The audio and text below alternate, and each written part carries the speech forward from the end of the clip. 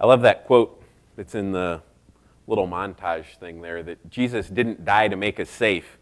He died to make us dangerous. And for those of you that don't know, the coffin up here is kind of symbolic of this all-in proposition and dying to a bunch of things. And that's kind of what this message is going to be about this morning. John used this slide last Sunday, and I thought that was pretty cool. This concept of, all in gambling. We're going to put it all in, but instead of all in gambling, we're going to put it all in with God. And as I was thinking about that, I realized that there are some significant differences between gambling and God, and that might help us think about Abraham and Isaac here in a few minutes. So in gambling, there's this element of chance. I'm going to put some money in, and maybe I'm going to get some back, or maybe I'm going to lose it. But with God, there's certainty, because with God, we know we're going to win. There isn't really any chance in it. God is going to win. But there's also this element with gambling that's known, and you say, well, wait a minute, Brian, you just said there was an element of chance. Well, there is, but when I gamble, I know how much money I'm putting in, and I know what I could get back, and I know what I'm going to lose. With God, it's a little bit unknown, because God only really has one setting. You don't go part in with God, you go all in. Jesus said, whoever does not gather with me scatters, and whoever's not with me is against me. It's an either-or thing, which is why this all-in concept is so important. So we know that we're going all in, but we're not sure exactly what or when is coming back as a result of that. We know that we win, but some of the other details are a little bit fuzzy. And that really gets us down to the last set of issues, which is in gambling, I'm in control. I decide that I'm going to walk up to the table or buy a lottery ticket or whatever. I decide when I'm going to leave the table. I decide how many lottery tickets I'm going to buy. It's my money. I'm going to decide what I want to do with it, how much I can afford to lose, and when I'm going to be done. I may lose all of it, but it was still my decision. With God, to go all in, it takes a lot of trust, because again, there's this, even though we know we're going to win, we don't know exactly how it's going to work out, because God sees the future and we don't. So I'm going to start in here on the story of Abraham and Isaac, which most of you are probably familiar with. One little footnote is, at least when I think of Abraham and Isaac and him being sacrificed on the altar, I've got this Sunday school picture in my head of, Abraham, he's an old guy, but he doesn't look like over 100. And Isaac's like about 10, and he's carrying this little bundle of sticks on his back. Grow Isaac up some, because most scholars think that he was maybe 25 years old, possibly as much as 37. And I don't know how many sticks it takes to make a burnt offering, but I'm guessing that little bundle in the Sunday school picture isn't going to cut it. So let's start on the story. Sometime later, God tested Abraham. He said to him, Abraham. Here I am, he replied. Then God said, take your son, your only son Isaac, whom you love, and go to the region of Moriah. Sacrifice him there as a burnt offering on one of the mountains I will tell you about. So early in the morning, Abraham got up and saddled his donkey. He took with him 2 of his servants and his son Isaac. When he had cut enough wood for the burnt offering, he set out for the place God had told him about. On the 3rd day, Abraham looked up and saw the place in the distance. He said to his servants, stay here with the donkey while I and the boy go over there. We will worship, and then we will come back to you. Abraham took the wood for the burnt offering and placed it on his son Isaac, and he himself carried the fire and the knife. As the 2 of them went on together, Isaac noticed something was missing. He spoke up and said to his father Abraham, Father? Yes, my son, Abraham replied. The fire and wood are here, Isaac said, but where is the lamb for the burnt offering? I love Abraham's answer. Abraham answered, God himself will provide the lamb for the burnt offering, my son. And the 2 of them went on together. And when they reached the place God had told him about, Abraham built an altar and arranged the wood on it. He bound his son Isaac and laid him on the altar on top of the wood. Then he reached out his hand and took the knife to slay his son. But the angel of the Lord called out to him from heaven, "Abraham, Abraham!" "Here I am," he replied. "Do not lay a hand on the boy," he said. "Do not do anything to him. Now I know that you fear God because you have not withheld your son, your only son." Abraham looked up, and there in a thicket he saw a ram caught by its horns. He went over and took the ram and sacrificed it as a burnt offering instead of his son.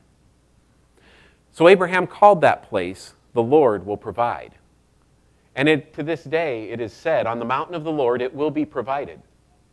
The angel of the Lord called Abraham from heaven a second time and said, "I swear by myself, declares the Lord, that because you have done this and have not withheld your son, your only son, I will surely bless you and make your descendants as numerous as the stars in the sky and as the sand on the seashore. Your descendants will take possession of the cities of their enemies, and through your offspring all nations on earth will be blessed because you have obeyed me."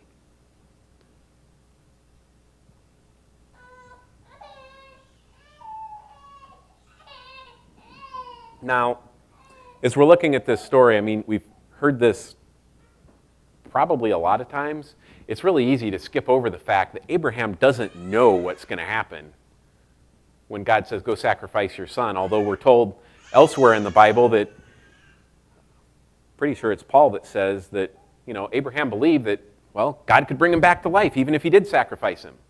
And essentially that's what he did with the ram. But the point is that we're going to look at is that this is a test. It's not a test of the emergency broadcast system. It's a test of Abraham. Is Abraham all in or not? God has given Abraham this blessing of Isaac. I mean, the guy's waited 100 years to have a son, and now there's another 25-something on top of it that he's growing up, and God said that, he's going to give him all these descendants. And God's saying, look, I want to know, is this blessing of Isaac more important, or am I more important? Because you have to remember, God never intended for Isaac to be killed. It's just a test. But for us, the question is the same. Is God more important, or are God's blessings more important? And are we willing to go all in and place all of these blessings that God has given us on the altar and say, "God, these are yours. You've given them to me. I thank you, and you can do whatever you want with them."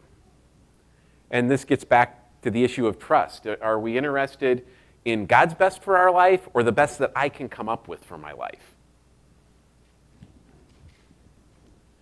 So choosing the altar is tough, and we'll get a couple, 3 points here out of this story from Abraham that might encourage us to choose the altar. The first thing is God's already been there. That is, whatever it is that God is asking you to give up, he's already given up more. And we see this great foreshadowing in the story of Abraham and Isaac that God says, "Take your son, your only son." That's repeated twice in the story. And it's the same thing that God did for us. He sent his son, his only son, down to be that sacrifice for us so that we wouldn't have to die, just like Isaac didn't have to die. It was this ram instead. In our case, it was Jesus that died in our stead. And one really cool thing about the story that I didn't notice for years and years and years is that they're going to the region of Moriah. The thing that was built on Mount Moriah in later years was the temple.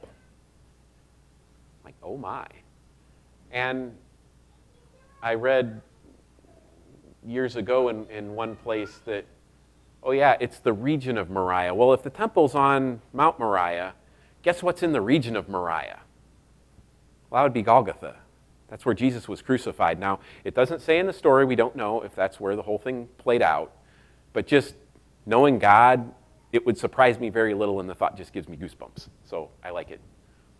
But God's already been there. I mean, and you have to, and this is another thing. I get this idea in my head sometimes. We talk about Jesus coming down and taking on human form. It's like, okay, God's going to come down and slum it for a little bit with us. Kind of like I might go on a missions trip to India or something, and I'll slum it and I'll live like they do, and I won't have clean water, and But it's really not the same thing. It's like I go to India, like this, and then burn my passport. it was an all-in commitment for Jesus. He knew what was going to happen. He even asked God, look, if there's any other way, I'll take that. But not my will, but your will be done. I'm all in. I will put myself even on the altar. So God's already been there. Not only that, God's already been there. Now, this is not a typo. Abraham called that place the Lord will provide. And I'm not a Hebrew scholar, but people that are tell me that that means Jehovah Jireh, if you've ever heard that phrase before, which means the Lord will provide, and literally it means the Lord who foresees. So God foresees what it is that's going to happen when you put whatever this is that he asks you to put on the altar, and will provide for you, even though it might look like you're giving up whatever this thing is. He knows what's going to happen. So not only has God already been there and God already been there, there's reward. We talked about this back on the gambling slide. God wins, we win. All of the stuff, the things that we're giving up, quote unquote, in this world, some of them are going to come back now.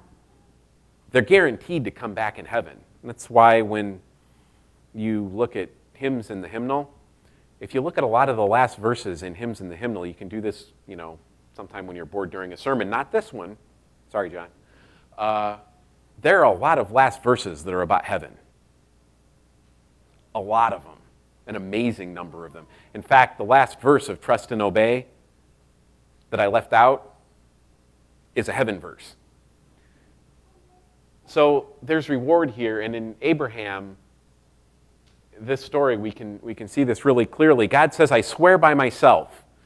I didn't go look, but that doesn't happen very many times in the Bible, where God swears, he doesn't have anything bigger to swear by. He says, I swear by myself, because you have done this and have not withheld your son, your only son, I will surely bless you. So that's now.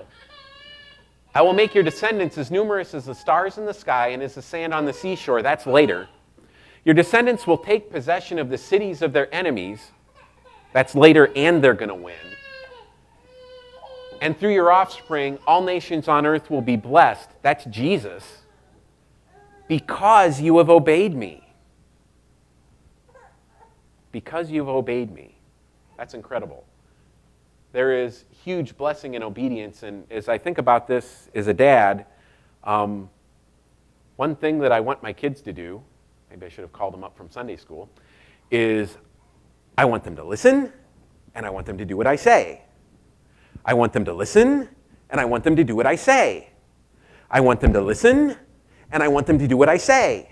Now, the reason I said that 3 times is because it usually takes about 3 times before they listen and then do what I say.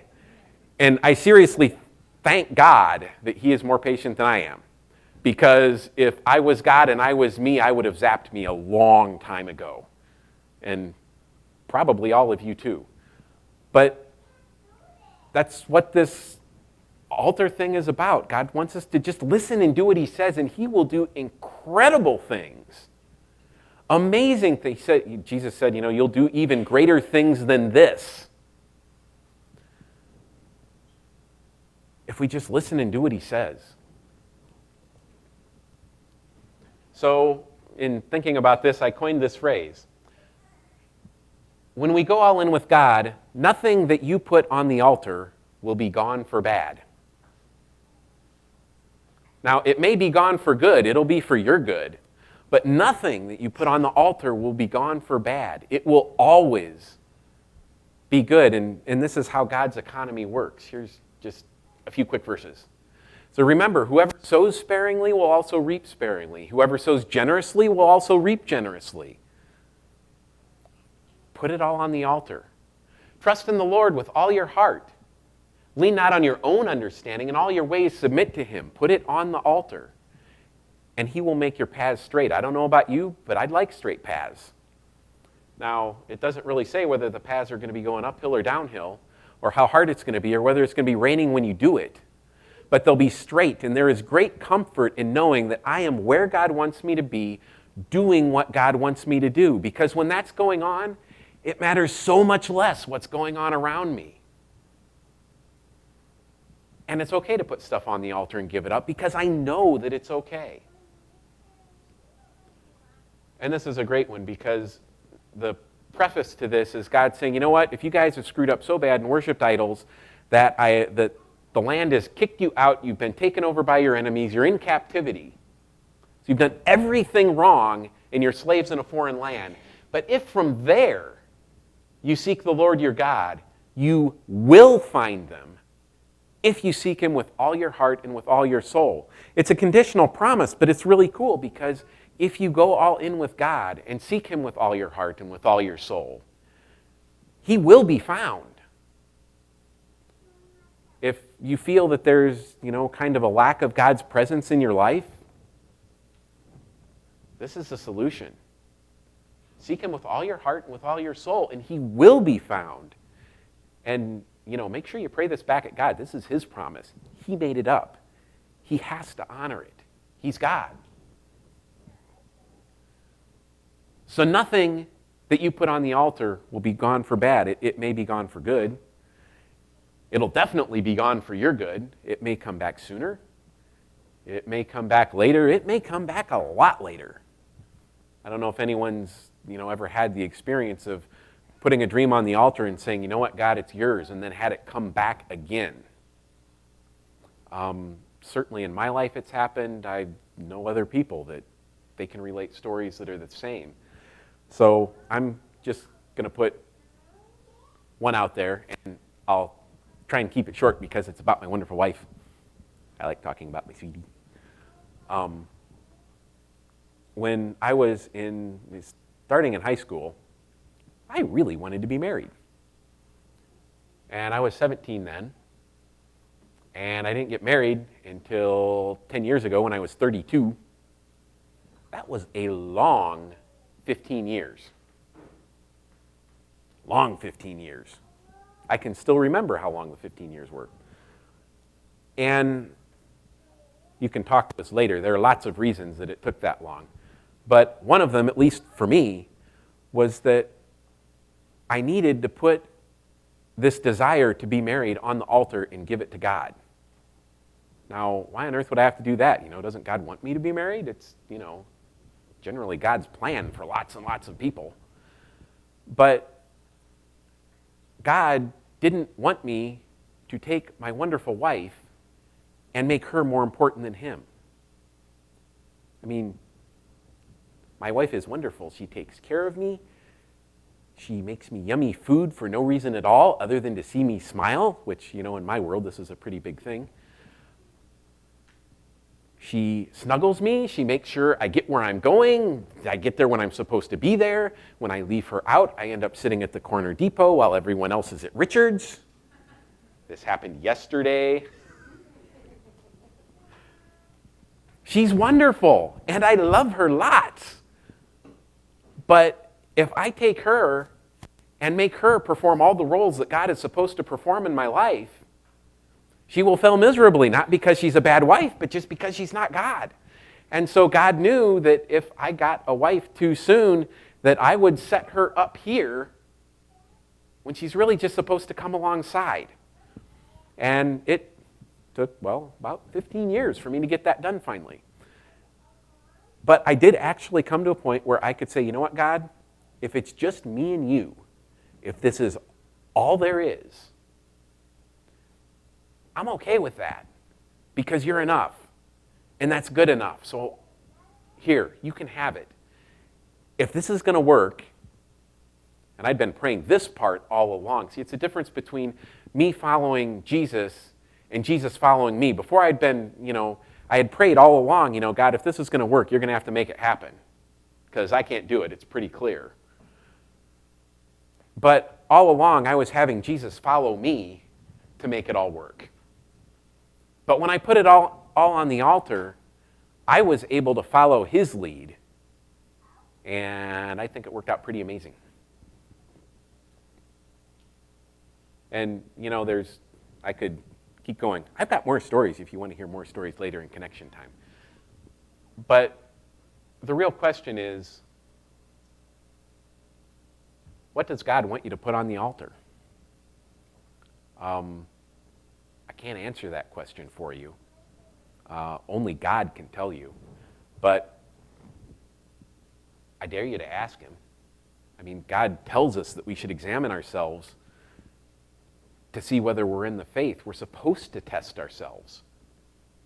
Go ahead and ask God, what does he want you to put on the altar? In fact, I double dog dare you to ask God what he wants you to put on the altar.